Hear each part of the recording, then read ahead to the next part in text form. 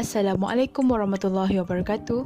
Kami pelajar ambilan Jun 2021, Institut Perguruan Kampus Tawau yang terdiri daripada Nik Fadila binti Nik Muhammad, Nur Atika binti Muhammad Syukri dan Nur Salmi binti Azam Mustahal akan membentangkan tajuk pengurusan mesyuarat kokurikulum bagi subjek pengurusan kokurikulum. Apa itu mesyuarat? Mesyuarat ialah satu perhimpunan kumpulan bagi sesebuah pertubuhan yang menggabungkan idea bagi mencapai suatu matlamat. Menurut Omardin Haji Asy'ari, mesyuarat merupakan perundingan untuk membincangkan sesuatu dalam mencapai keputusan dan membolehkan urusan lain tercapai. Dan satu perhimpunan kumpulan yang menggabungkan idea untuk mencapai sesuatu matlamat, menurut Sulaiman Masri. Saya Nur Atika binti Muhammad Syukri. Tujuan dan kepentingan mesyuarat. Di dalam pengurusan mesyuarat, terdapat beberapa kepentingan mengapa mesyuarat perlu diadakan dalam sesebuah organisasi. Antaranya ialah: pertama, menjimatkan masa dan mempercepat persiapan kerja. Ini kerana mesyuarat yang diadakan mempunyai pelbagai idea yang dapat disumbangkan oleh setiap individu yang terlibat. Tujuan yang kedua, menyelaraskan pembahagian tugas. Melalui pengkhususan tugas terhadap individu yang terlibat. Tugas yang dirancang dapat dilaksanakan dengan baik dan tersusun, sekaligus memudahkan perancangan dan juga pelaksanaan sesebuah organisasi. Beban tugas juga akan menjadi ringan. Tujuan yang ketiga, menyampaikan informasi terkini. Informasi terkini ini akan disampaikan kepada kaki tangan. Ini kerana mesyuarat dapat mengumpul semua kaki tangan organisasi pada satu masa dan maklumat yang hendak disampaikan dapat dilakukan secara serentak. Contohnya, apabila terdapat rancangan baru atau beberapa perubahan untuk penambahbaikan kualiti dalam sesebuah organisasi, melalui mesyuarat, segala urusan tersebut dapat dilaksanakan dengan mudah dan berkesan. Tujuan yang keempat, menggalakkan pencambahan idea. Organisasi akan menjadi lebih mantap dan jitu sekiranya perkongsian idea diamalkan. Tujuan yang kelima, menyelesaikan konflik. Melalui mesyuarat, konflik tersebut dapat diselesaikan dengan adil dan saksama di mana setiap ahli perlu mempunyai fikiran yang terbuka untuk memberi dan mendapatkan nasihat. Proses pengendalian mesyuarat. Di dalam pengurusan mesyuarat, terdapat 3 proses untuk mengendalikan mesyuarat. Pertama, pra-mesyuarat. Kedua, pelaksanaan mesyuarat. Dan yang ketiga, pasca mesyuarat atau dikenali sebagai postmortem. Proses yang pertama, proses pra-mesyuarat. Perkara yang perlu dilakukan, yang pertama, menetapkan agenda mesyuarat. Agenda mesyuarat ialah sesuatu perkara penting yang perlu disampaikan atau dibincangkan pada semua organisasi. Yang kedua, menetapkan tarikh, masa dan tempat mesyuarat. Kesemua ketetapan ini penting bagi kelancaran sesuatu mesyuarat. Yang ketiga, memastikan persediaan kemudahan yang akan digunakan dalam mesyuarat. Antaranya seperti tempahan tempat atau lokasi untuk bermesyuarat. Pastikan bilik yang ditempah berada dalam keadaan yang baik, kemas dan sedia untuk digunakan. Yang terakhir, mengedarkan surat kepada ahli mesyuarat. Ahli-ahli mesyuarat menerima surat jemputan dalam tempoh 10 hari sebelum mesyuarat. Proses yang kedua, proses pelaksanaan mesyuarat. Di dalam proses pelaksanaan mesyuarat, semua ahli terikat dalam proses pelaksanaan mesyuarat ini. Ahli menentukan keberkesanan mesyuarat. Individu yang terlibat dalam mesyuarat ialah pengerusi, setiausaha dan ahli mesyuarat.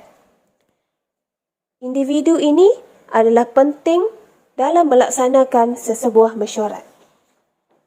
Proses yang terakhir ialah proses pasca mesyuarat. Setiausaha perlu menyediakan draft minit mesyuarat untuk kelulusan pengerusi. Draft ini perlu dikemukakan 3 hari selepas mesyuarat. Kedua, minit mesyuarat yang telah diluluskan perlu diedar kepada ahli dalam tempoh seminggu selepas mesyuarat. Dan yang terakhir, ahli hendaklah melaksanakan tugas sebagaimana yang tercatat dalam minit mesyuarat. Jenis-jenis mesyuarat kokurikulum. Jenis yang pertama, mesyuarat agung. Di dalam mesyuarat agung ini membincangkan hal persatuan secara menyeluruh dan dihadiri semua ahli. Ia memilih jawatankuasa yang baru, tempoh mesyuarat 1 atau 2 tahun sekali. Mengedarkan surat jemputan mesyuarat agung kelak 14 hari sebelum dan disertakan minit mesyuarat.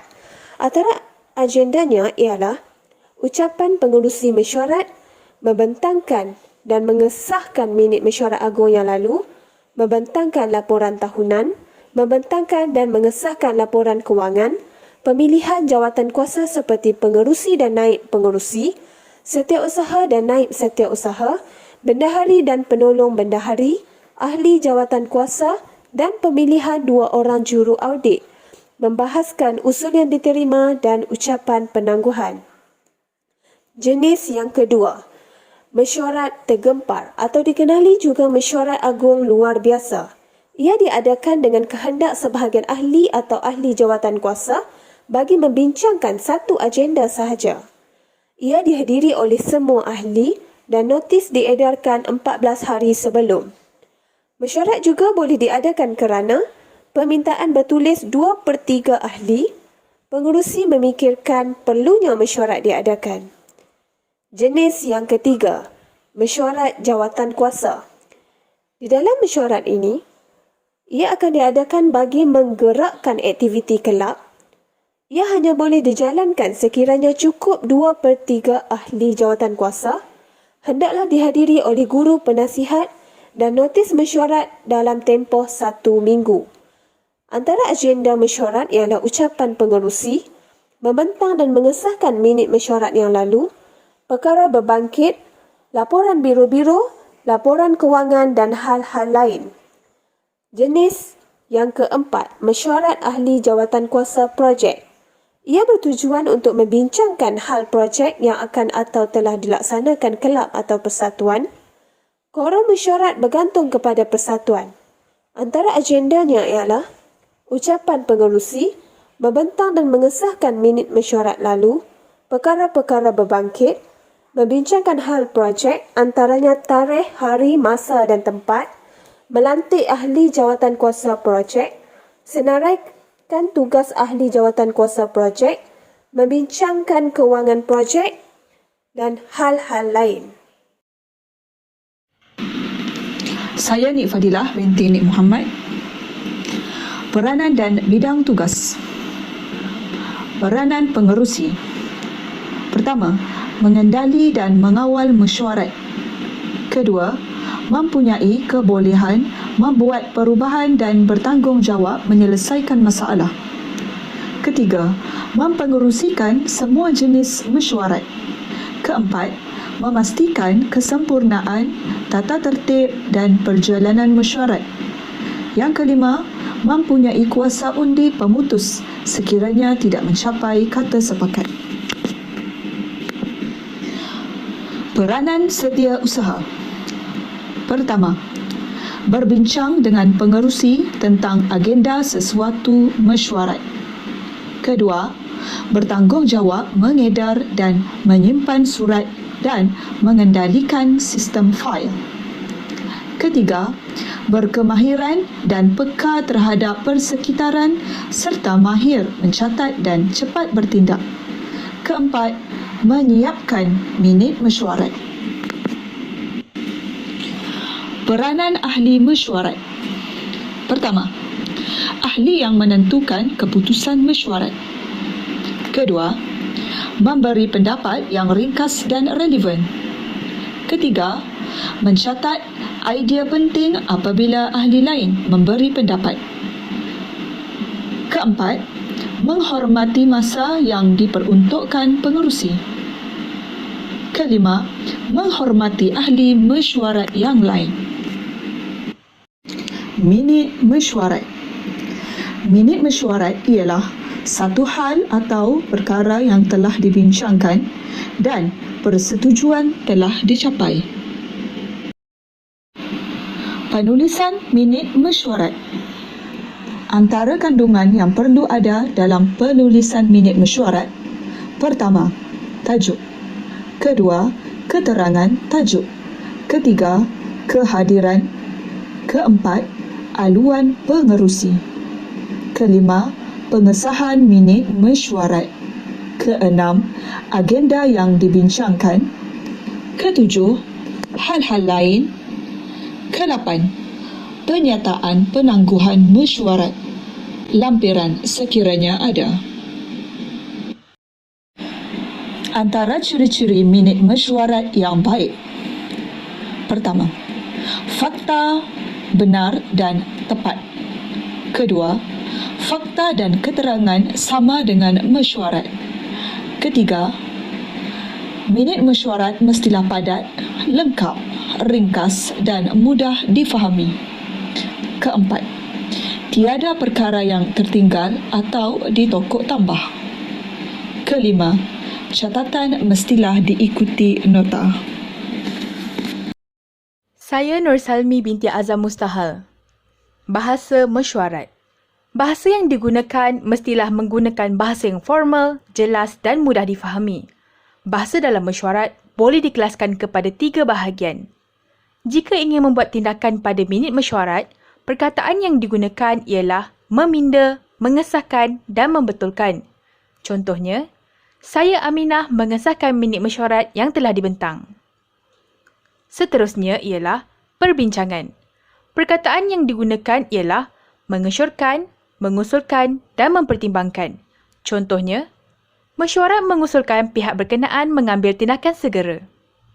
Akhir sekali, ketetapan yang bermaksud suatu tindakan diambil oleh ahli mesyuarat tentang suatu perkara setelah selesai perbincangan. Ketetapan dinyatakan dalam bentuk positif dan negatif. Positif seperti bersetuju, memperaku dan menerima, manakala negatif seperti menolak. Contohnya, saya bersetuju dengan cadangan tersebut. Aspek-aspek dalam pengurusan mesyuarat. Pertama, penguasaan masa. Ahli mesyuarat perlu diberitahu agenda awal.